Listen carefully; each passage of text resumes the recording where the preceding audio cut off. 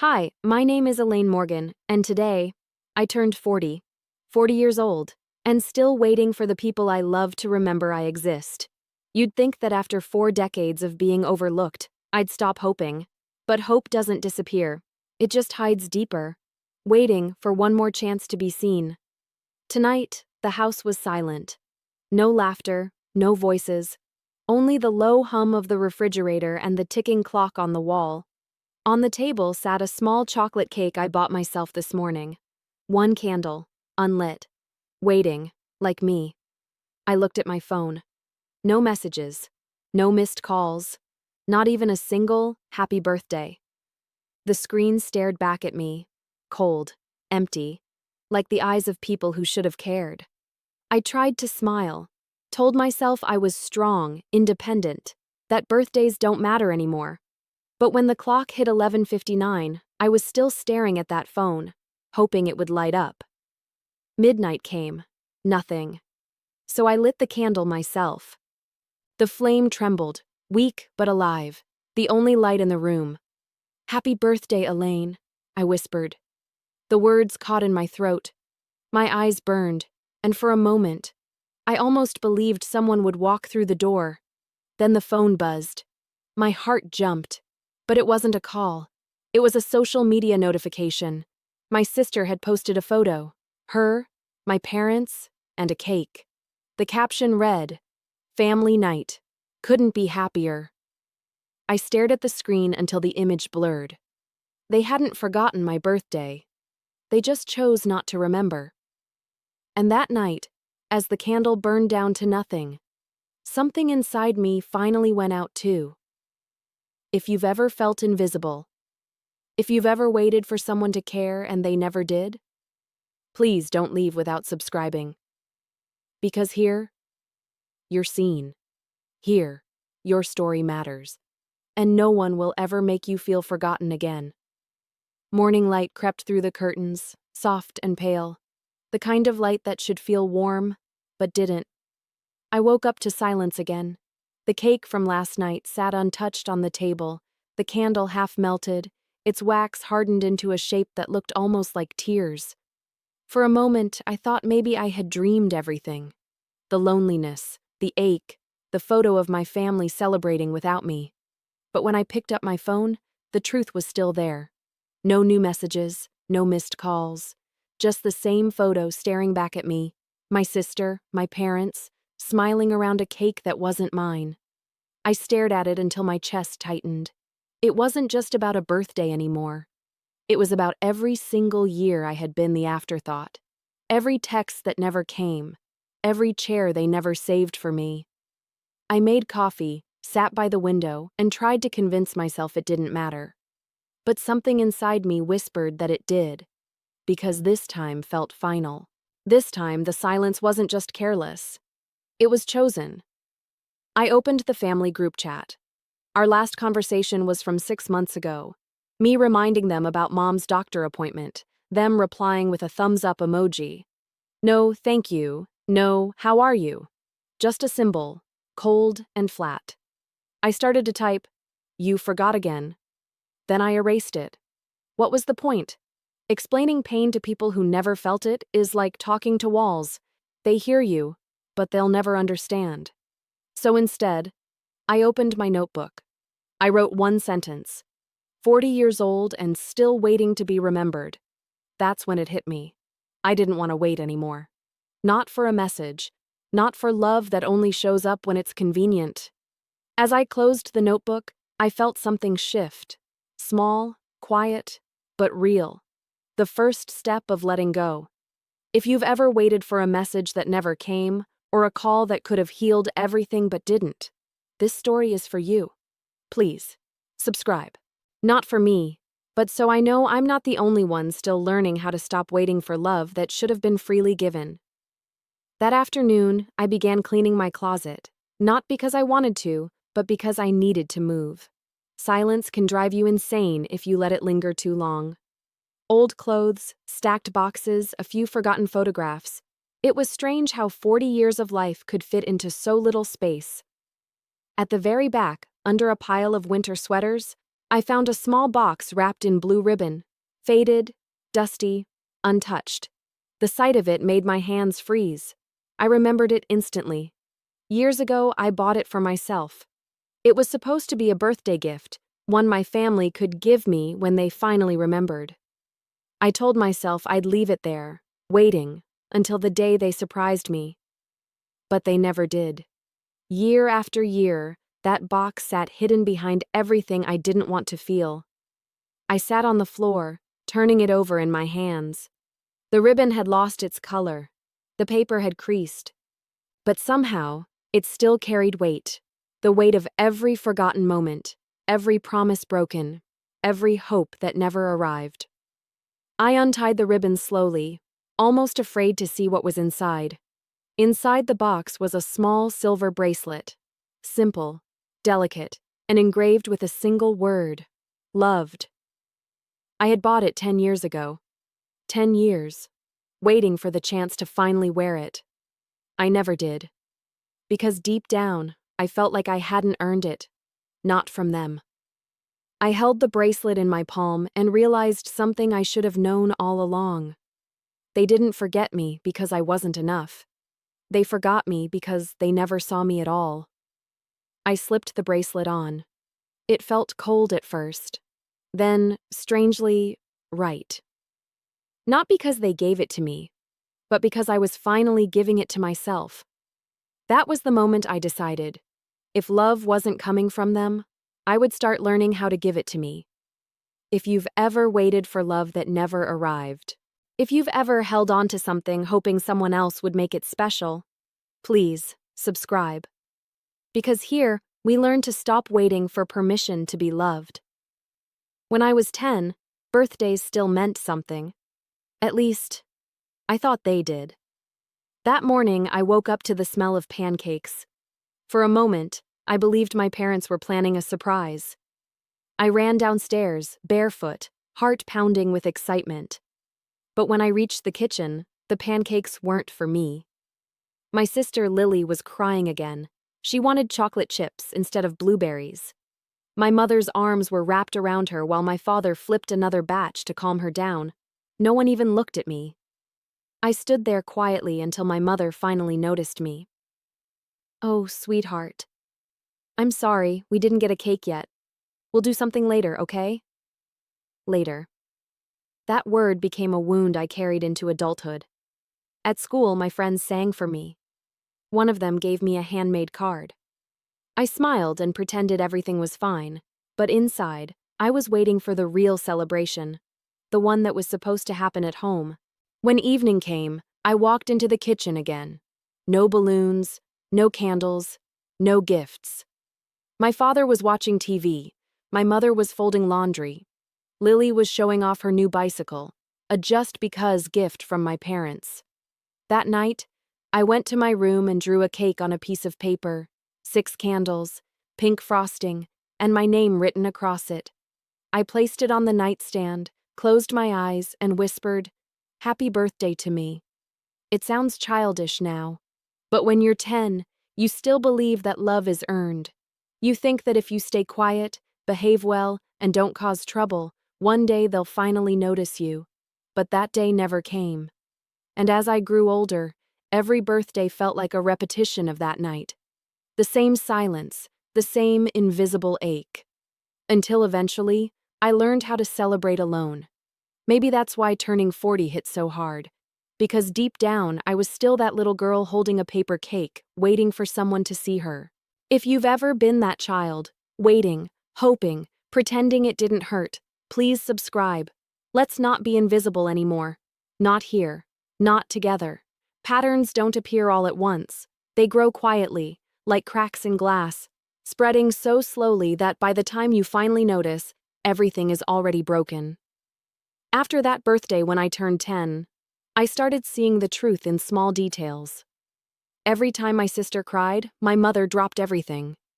Every time I spoke, my father said, "Not now, Elaine." Every holiday, every family dinner, every chance to be seen. I became the background noise to someone else's story. When I was 15, my sister got a full celebration for passing her driving test. balloons, cake, laughter. When I passed mine a year later, my dad tossed me the keys and said, "Good job, kid," before leaving for work.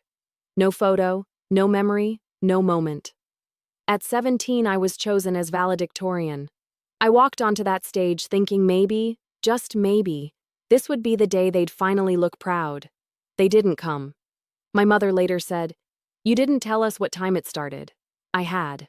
Twice. But it was easier for her to forget than to feel guilty.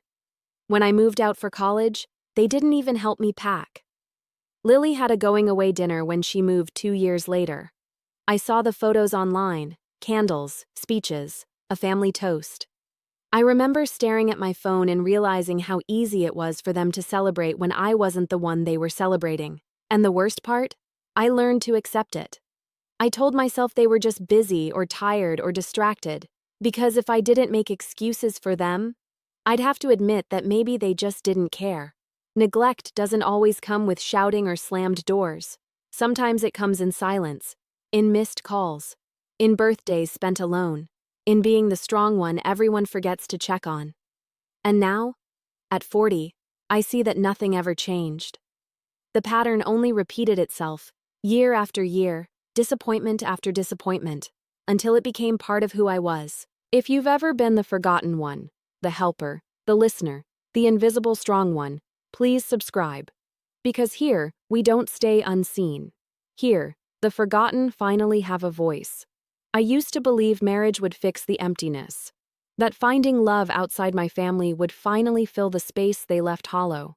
But the truth is, when you grow up learning to earn affection, you don't know what real love feels like. I met Daniel when I was 26. He was kind, calm, the type of man who seemed to notice the details no one else did. How I stirred my coffee twice before drinking it. How I flinched when someone raised their voice. For the first time in my life, I felt chosen. I mistook attention for safety. In the beginning, he called me his peace. But as the years went by, peace became quiet, and quiet became distance. He didn't yell, he didn't leave bruises. But slowly, I began to disappear again, this time inside my own home. He stopped asking about my dreams. He stopped listening when I spoke. And when I tried to tell him how lonely I felt, he'd sigh and say, "Elaine, you're too sensitive. You take everything so personally."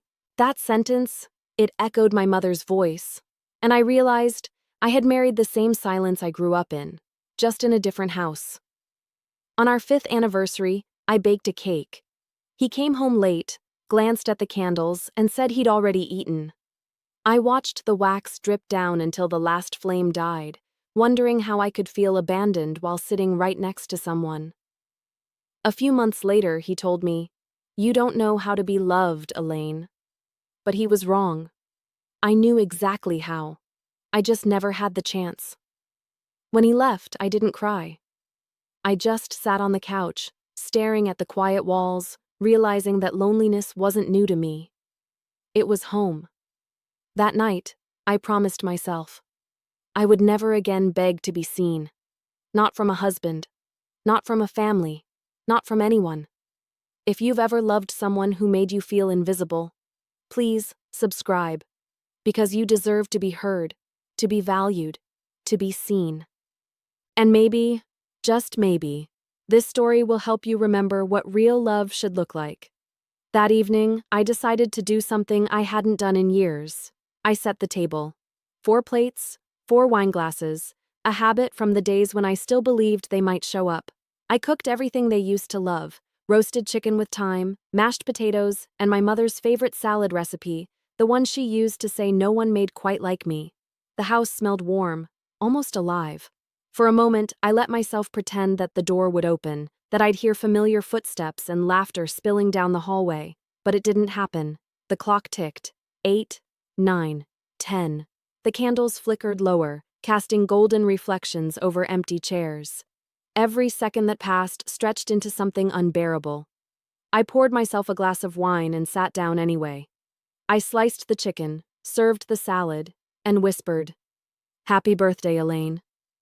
The words fell heavy in the air, unanswered.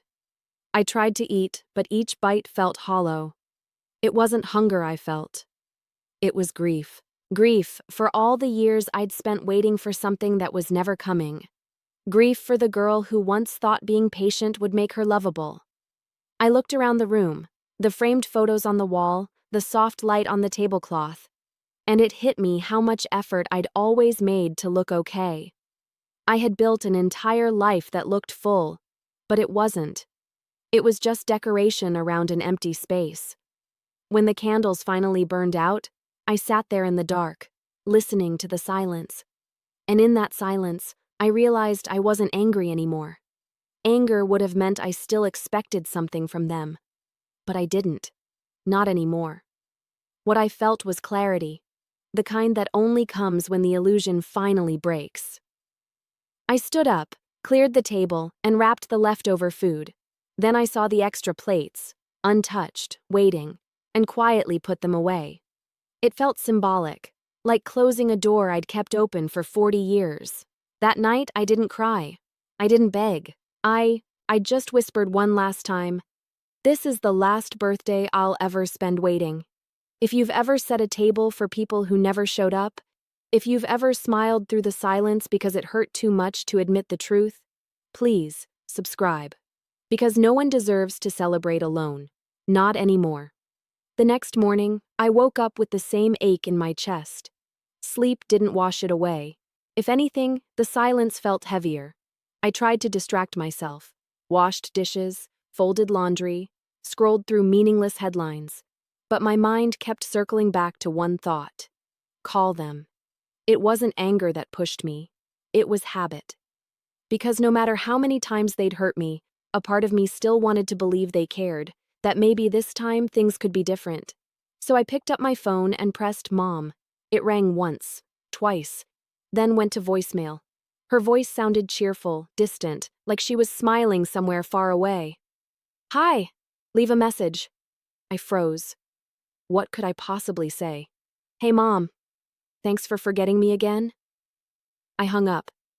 Seconds later, the phone buzzed, not from her, but from a new post on my sister's page. A family dinner. My parents, my siblings, glasses raised in a toast. The caption read, "Another beautiful night with the people who matter most." I stared at it for so long that the world around me blurred. It wasn't the picture that broke me. It was the caption. The people who matter most. I wasn't one of them. I never was. That realization felt colder than any winter I'd ever lived through. It wasn't just forgetfulness anymore. It was choice. And once you see that truth, you can't unsee it. I set the phone down slowly, my hands trembling. My throat tightened, but no tears came. I was past crying. What I felt now was something sharper. The moment grief turns into clarity. I whispered, "This is it. I'm done chasing people who only remember me when it's convenient." And though the house was quiet, it was the first time that silence didn't scare me. It sounded like freedom trying to speak. If you've ever made a call you knew would go unanswered, if you've ever stared at a picture that proved exactly how replaceable you were, please subscribe. Because here we remember the ones who were forgotten. And sometimes sharing your story is how you finally stop waiting for theirs. That night, I sat in the dark, the glow of my phone screen flickering against the walls like a cruel reminder. The photo of my family still stared back at me, their smiles wide, their glasses raised, while I sat alone in a house filled with silence. I kept scrolling through old messages, hoping to find something that would prove I was wrong. But the truth was written there, plain as day. Years of conversations that began with me reaching out first. Years of half-hearted replies. A lifetime of me trying to matter to people who never tried back. The more I looked, the more I realized I had been begging for scraps of love my whole life. Tiny moments, brief acknowledgements, the kind of attention most people take for granted. My hands were shaking when I finally put the phone down. I couldn't breathe. The air in the room felt too still, too heavy, like it was holding every word I had never said. I stood up and walked to the closet. There, on the shelf, sat the small blue box, the one I'd found days ago. The box I once promised to open when they remembered me. But this time, I didn't open it. I picked it up, tied the ribbon tighter, and slipped a small folded note inside. A single sentence written in ink that bled slightly into the paper. For 40 years, I waited for this gift, to be remembered. You never gave it. So I'm returning it to where it belongs. I placed the bracelet beside the note, the one engraved with the word loved. It no longer felt like a wish. It felt like a farewell. For the first time, I wasn't sad. I was done. Truly done. Outside, the night was cold and still. I stood by the window and stared at the quiet streetlights. And that's when I knew what I had to do. Tomorrow, I would drive back to that house, the one where it all began, and leave the gift they never gave me on their doorstep. If you've ever reached your breaking point, if you've ever realized that peace sometimes means walking away, please, subscribe. Because one day you'll see that leaving isn't losing. It's the moment you finally start to live. The next morning, I woke before sunrise. The sky was pale gray, the kind of color that feels like quiet resignation. I packed lightly, a coat, my keys, the blue box wrapped in its faded ribbon. No hesitation, no second thoughts. It was time. The drive to Oak Ridge took 3 hours, though it felt longer. The highway stretched endlessly ahead, cutting through miles of empty fields. Every exit sign carried a memory I didn't want to see. The ice cream shop where we used to stop on Sundays. The small park where my father once taught me to ride a bike. Each landmark whispered the same truth. The past was still there, waiting, but it wasn't mine anymore. I kept both hands tight on the steering wheel, the blue box resting quietly on the passenger seat. It felt heavier than it should have, like it carried 40 years of words I'd never spoken. And maybe it did. As I got closer, my heart began to pound. The closer I came to that house, the more I felt like I was driving through a lifetime. 1 mile for every moment I had been forgotten. When I finally turned onto Maple Drive, the familiar line of maple trees greeted me like ghosts. Their leaves were starting to fall, golden and brittle, carpeting the road that led to my parents' home. And there it was. The same white porch, the same curtains, the same laughter echoing faintly through the open window. I parked across the street and sat still for a long time, watching. They were there, my parents, my sister, gathered around the kitchen table. The image was painfully familiar. Except this time, I wasn't outside because I wasn't invited. I was outside because I chose to be. I stepped out, walked across the cold pavement, and placed the blue box gently on their doorstep. I didn't knock. I didn't wait. I just whispered, "This is yours now." And as I turned away, the morning wind caught my hair. Sharp, cold, but freeing. For the first time in 40 years, I was walking away without looking back. If you've ever had to return something that was never yours to keep, love, family, hope, please subscribe. Because sometimes, closure isn't found inside a home. It's found in the strength to walk past it. I drove away slowly, watching through the rearview mirror as the house faded into the distance. For the first time, I didn't feel anger or grief, only an unfamiliar stillness, like the quiet that follows a storm. The blue box sat on their doorstep, small and ordinary, yet heavier than any words I could have ever said. Inside, the morning unfolded like any other. My mother was the first to notice. She opened the door to fetch the newspaper and froze. There it was, the box, tied neatly with its faded ribbon, a delicate note tucked beneath it. "Did someone leave a package?" my father asked from the living room, his voice distant, uninterested. My mother hesitated. "It's from Elaine," she said softly. Even saying my name seemed to make the air shift. My sister Lily appeared beside her, frowning. "What's her problem now?" she muttered. But her voice trembled, just slightly, the way guilt sometimes does when it's pretending to be annoyance. My mother untied the ribbon, her hands shaking. Inside was the silver bracelet and the note. Her eyes skimmed the words once, then again, as if reading them might hurt less the second time. For 40 years, I waited for this gift, to be remembered. You never gave it, so I'm returning it to where it belongs. The paper slipped from her fingers. For a long time, no one spoke. Even my father, usually the loudest in the room, stayed silent. The truth hung between them like smoke, heavy, suffocating, impossible to wave away. Lily crossed her arms, trying to sound dismissive. She's being dramatic again. But her voice cracked at the end. My father finally spoke, his tone sharp. She could have just called instead of making a scene. My mother turned to him, tears in her eyes. She did call, she whispered. And we didn't answer. The silence that followed was the kind that breaks things. It was the sound of realization. Slow, painful, irreversible. Upstairs, the blue box sat open on the table, its ribbon unfurled. No shouting, no excuses, just the echo of everything they had refused to see. And miles away, as I drove past the city limits, I didn't need to wonder if they'd finally understood. Because this time, I hadn't left for them to see me. I had left for me to finally disappear. If you've ever walked away to protect what's left of your heart, please subscribe. Because healing begins the moment you stop waiting to be found. For the rest of that day, the house stayed quiet. No TV.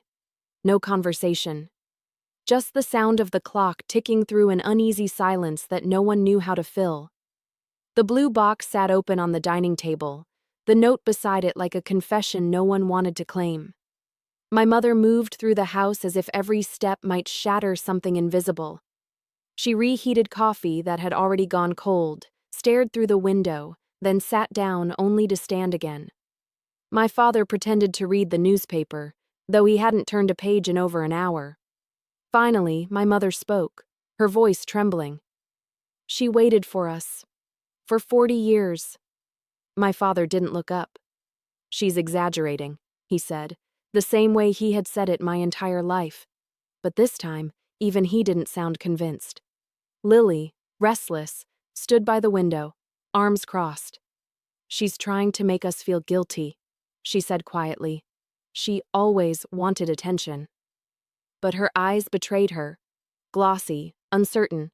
My mother pressed a hand to her chest. I don't think this is about attention, she whispered. It's about everything we ignored.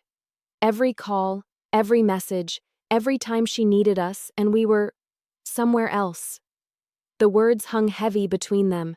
Even Lily turned away. When evening came, a soft knock echoed from the front door. No one moved at first. Then my father rose, his steps slow, uncertain. He opened the door, and there stood my younger brother Adam, holding a folded piece of paper. I saw her this morning, he said, his tone quiet, almost reverent. She looked different. Calm. Like someone who'd finally stopped waiting.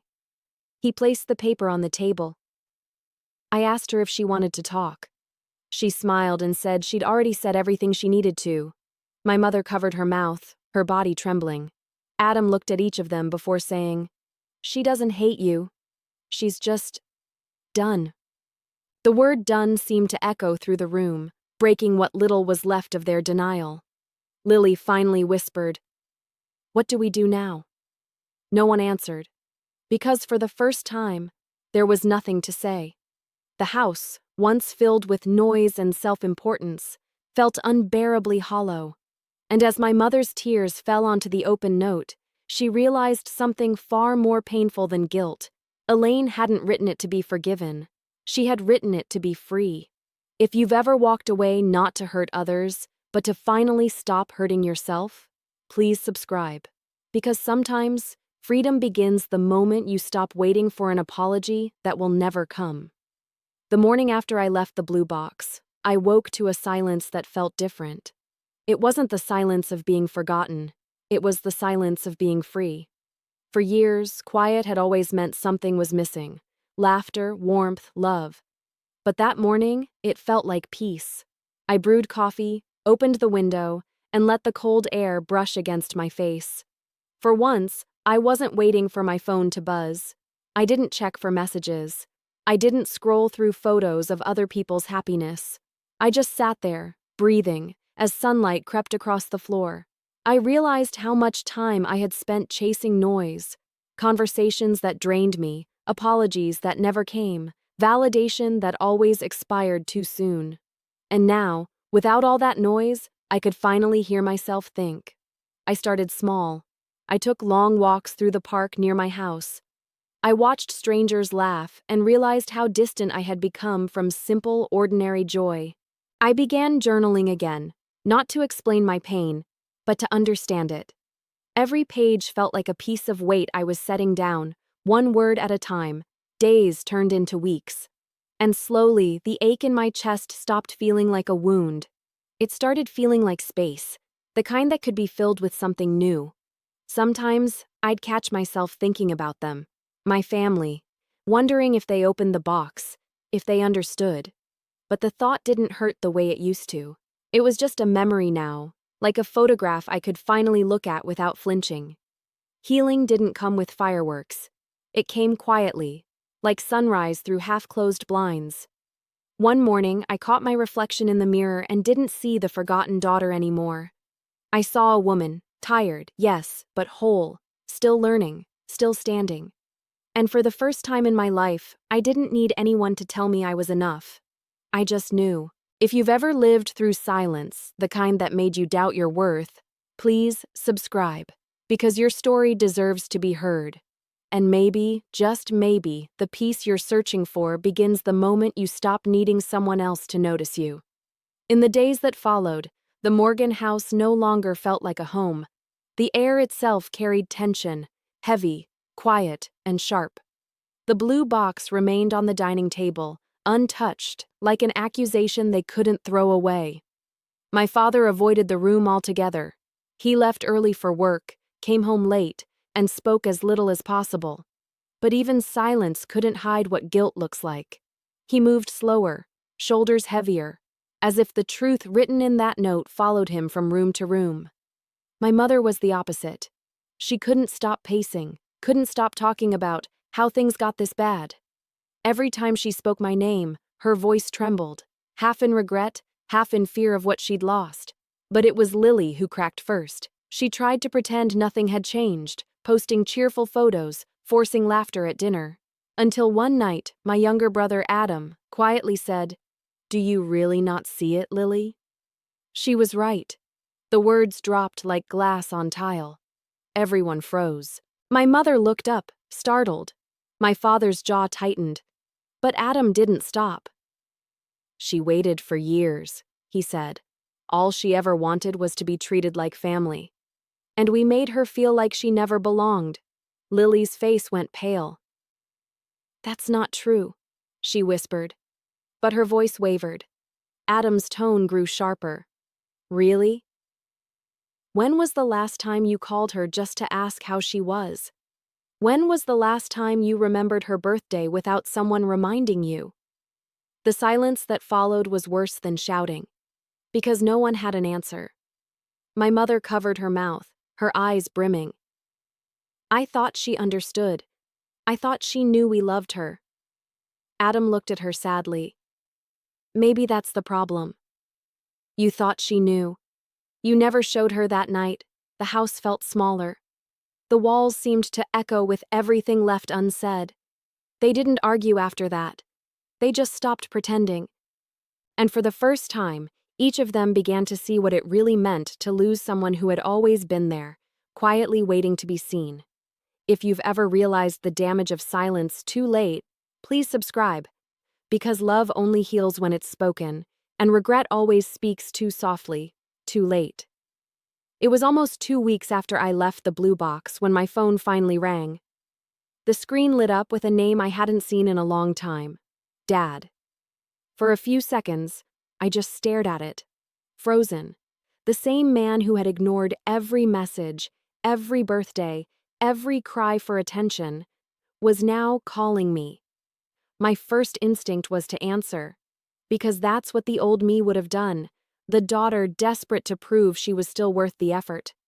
But I didn't pick up. I let it ring. And when the call went to voicemail, I sat there, staring at the screen until the little red notification appeared. It took me an hour to press play. His voice came through, lower than I remembered. Tired, careful, almost afraid. "Elaine," he began, his breath unsteady. "We saw the box. Your mother hasn't stopped crying.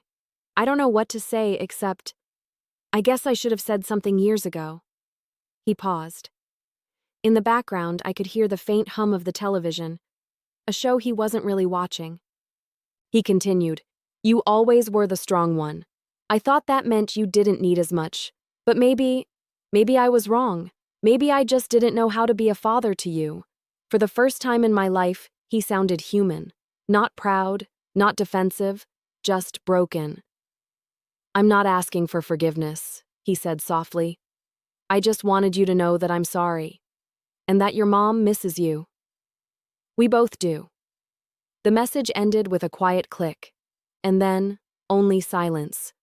I sat there for a long time, the phone resting in my hand, my heart caught between two worlds. The one that still ached for a father's love, and the one that had finally learned to survive without it. I didn't cry. I didn't call back. Because I knew that even if the words were real, they came too late to heal the years they had destroyed. Apologies can't rebuild what neglect has hollowed out. So I whispered to the quiet, "I forgive you." But from far away. And then, I deleted the message. Not out of anger, but because I was ready to live without needing an ending. If you've ever received the apology you waited a lifetime for, but long after you stopped needing it, please subscribe. Because sometimes, peace isn't hearing "I'm sorry." It's realizing you don't need it anymore. That night, the house was dark except for one small light, a candle burning on my kitchen table. The same table where I had once sat waiting for calls that never came. The same candle I had lit on my 40th birthday when I whispered, "Happy birthday, Elaine," to an empty room. Now it flickered softly, painting the walls in shades of gold and shadow. I sat in front of it, the silence around me no longer heavy, but calm, like the quiet after a storm has passed. On the table beside the candle lay the bracelet. The word "loved" glimmered faintly in the light. For years I couldn't wear it. It felt like a lie, a word that belonged to someone else, not me. But tonight, I picked it up and clasped it around my wrist. The metal was cold against my skin, but it felt like truth. Not the kind given by others, the kind I finally gave to myself. I walked to the mirror that hung by the hallway. For a long time, I just looked. The woman staring back wasn't the forgotten daughter anymore. Her face was softer, wiser, marked by pain, but also by survival. She wasn't invisible.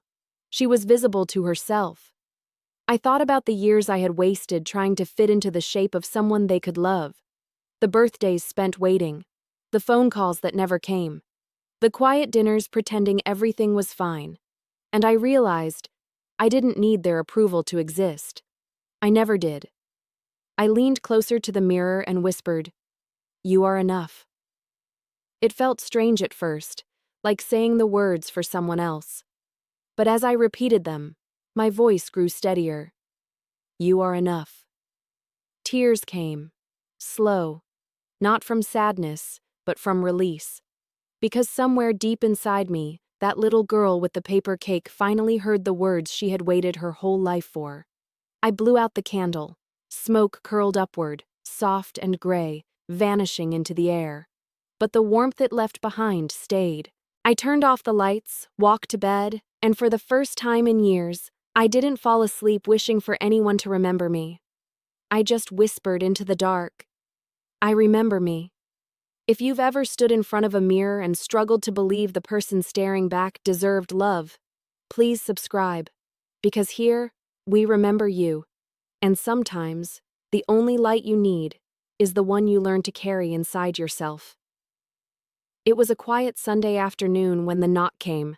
I wasn't expecting anyone. The sound was soft, almost hesitant, the kind of knock that carries both guilt and hope. When I opened the door, I froze. Standing there, hands in his pockets, eyes down, was Adam, my younger brother. For a moment, neither of us spoke. It had been months since I'd seen him, months since I'd left that blue box behind. He looked older somehow, tired in a way that had nothing to do with age. "Can I come in?" he asked.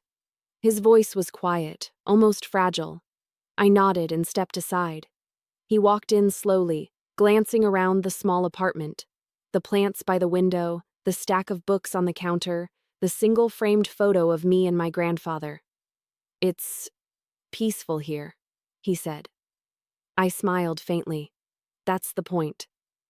For a long time, there was only silence between us. Then he reached into his jacket pocket and pulled out a folded piece of paper. "I found this in Mom's desk," he said, placing it on the table. "It's your note. The one you left in the box, I didn't touch it. I didn't need to. I still remembered every word." "She reads it every day," Adam continued. "Sometimes she cries. Dad pretends not to notice, but I've seen him standing at the window at night, just staring." He paused. "They know they can't fix it, Elaine. But I think they finally understand." I looked at him, unsure of what to say. Part of me wanted to stay cold, to remind him that understanding doesn't erase decades of pain. But another part, the one that still remembered holding his hand when we were kids, softened. "You were the only one who ever saw me," I said quietly. He looked down. "And I didn't do enough." He reached into his pocket again and pulled out a small photograph. It was old. The two of us as children, sitting on the porch steps, my arm around him, both smiling. "I kept this," he said, "because even back then, you were the one holding everything together." I felt the tears before I could stop them. He stepped closer and said, "You don't have to come back, Elaine. Just don't forget that not all of us let you go." I nodded, unable to speak. When he left, the room was silent again, but not empty. For the first time, silence didn't mean loneliness. It meant understanding. If you've ever had someone show up long after you thought it was too late, please subscribe. Because sometimes healing doesn't come from everyone. It comes from the one who finally did. Time passed quietly after Adam's visit. The world outside moved on. Seasons changed, leaves turned, snow fell. And for the first time in years, I didn't measure life by what I'd lost, but by what I'd begun to gain. Peace, stillness, the kind that doesn't need to be earned, only accepted. But peace, I've learned, always echoes. And sometimes, it reaches places you thought you'd already left behind. It started with a letter. A thin, crumpled envelope slipped beneath my door one morning. There was no return address, but I recognized my mother's handwriting immediately. Careful, looping letters that trembled slightly, like she'd cried through each line. Inside, there was only one page. "Elaine, we sold the house. Your father couldn't keep up the payments. The business failed months ago, and the bank took what was left. We're moving into a smaller place near your aunt's. I don't expect forgiveness.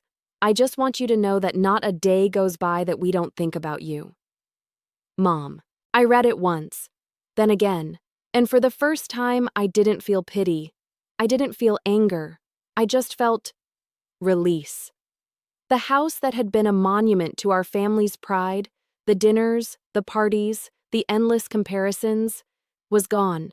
And somehow, that felt right. Not as revenge, but as balance. Later that day, I drove past the old neighborhood. The once white porch was faded now, the lawn overgrown, the windows empty. There was a small sign on the front gate, "For sale."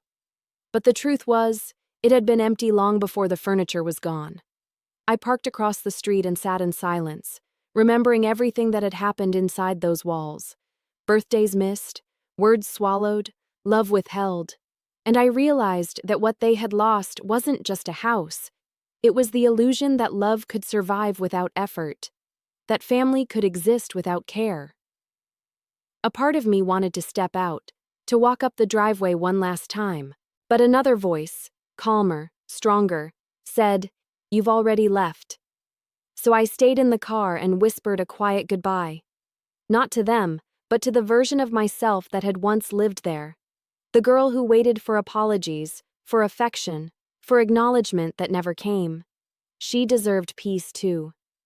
As I sat there, I thought of my sister, Lily.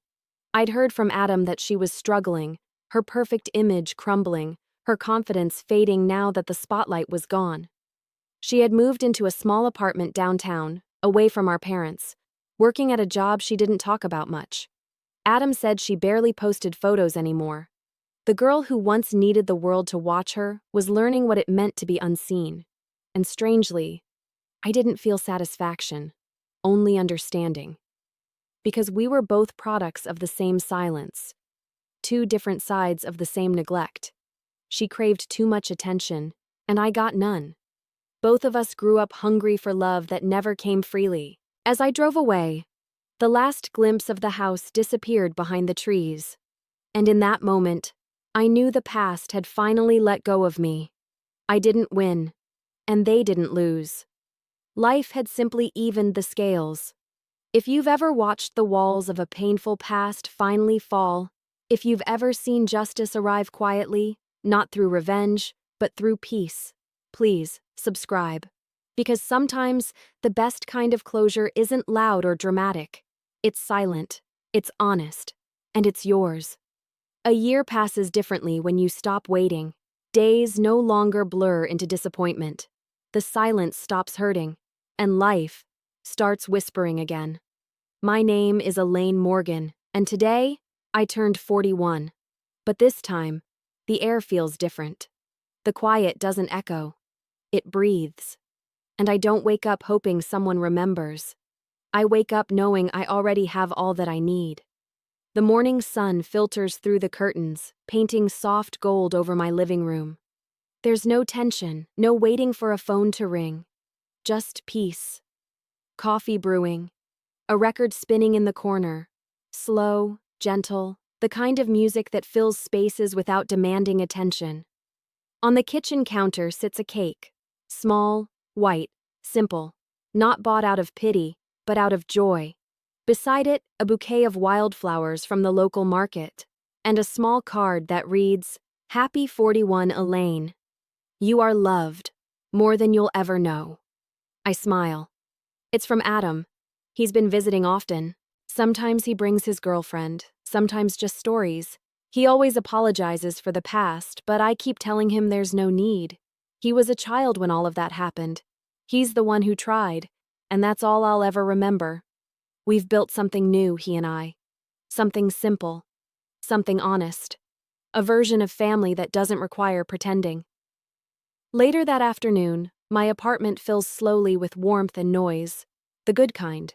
Friends from work. My neighbor Marcy, who always insists on bringing too much food. And my writing group, who came with notebooks and laughter, insisting I share a story. The table is full this time. Plates, candles, conversation. No empty chairs, no waiting. I watch them all, the way people talk over one another, how someone laughs so hard they almost spill their drink. And I realize something. This isn't just celebration. It's redemption. Because every year before this one, my birthdays were proof of what I didn't have. But this one? This is proof of what I finally built for myself. As the evening fades into night, Adam stands and clears his throat. "I have something," he says, pulling a small velvet box from his pocket. Everyone quiets down as he hands it to me. "Open it."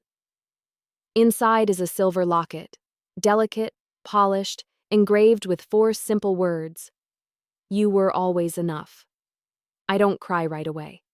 I just stare at it, the words sinking into me like sunlight through cold glass. Then, quietly, I fasten it around my neck. The metal rests warm against my skin. And for a moment, I close my eyes and feel the weight of everything. All the birthdays I spent alone, all the candles I blew out for no one, all the years I spent trying to earn love. And how, somehow, I ended up here instead. When the clock strikes 9, Marcy dims the lights. Someone lights the single candle on the cake. The flame flickers softly, steady, calm. And for the first time in my life, I don't make a wish for someone to love me. I make a promise to keep loving myself. The room fills with gentle applause, laughter, clinking glasses. I blow out the candle and everyone cheers. It's small, imperfect, real, and it's enough. Later that night, after everyone leaves, I step out onto the balcony. The city hums below, distant lights, soft sounds of life carrying on. The cool air smells faintly of rain. I wrap my hands around a cup of tea and let the quiet settle around me. I think about the house they lost, the silence they now live with, the regrets that must fill those empty rooms. But I don't wish them harm. I don't need to. Because forgiveness doesn't always mean reconnection. Sometimes it just means choosing peace over bitterness. I whisper into the night, I hope you're okay. And I mean it, because holding on to anger only chains you to the very thing you escaped. And I've carried enough weight for one lifetime. I glance inside my apartment. The soft glow of the lamps, the flowers still standing tall, the bracelet on my wrist catching the light. And I smile. 41 years old. Finally, at home. When I was a child, I used to dream of a birthday where everyone would finally remember me, where they'd show up, say my name, tell me they were proud. But life had a different gift waiting, one I didn't recognize until now. Because I didn't need everyone. I just needed to remember myself. So tonight, I write one last page in the journal that started a year ago, the one that began with pain and ended in peace. The ink flows steady beneath my hand as I write. I used to measure love by who showed up. Now I measure it by the peace I feel when I'm alone. I used to wait for family to remember me. Now I understand. I was never forgettable. I was just surrounded by people who didn't know how to see. I close the journal, set it beside the candle, and whisper one last time, Happy birthday, Elaine. This time, it doesn't sound lonely. It sounds alive. And if you've made it to this part of my story, if you've ever felt invisible, forgotten, or unloved, please subscribe. Not because I need numbers or views, but because maybe you need this reminder too. You are not invisible. You are not unworthy. You are not too late to start again. Light your own candle. Say your own name. And never, ever wait for someone else to celebrate your life. Do it now. Because you deserve to be seen. Today, tomorrow, always.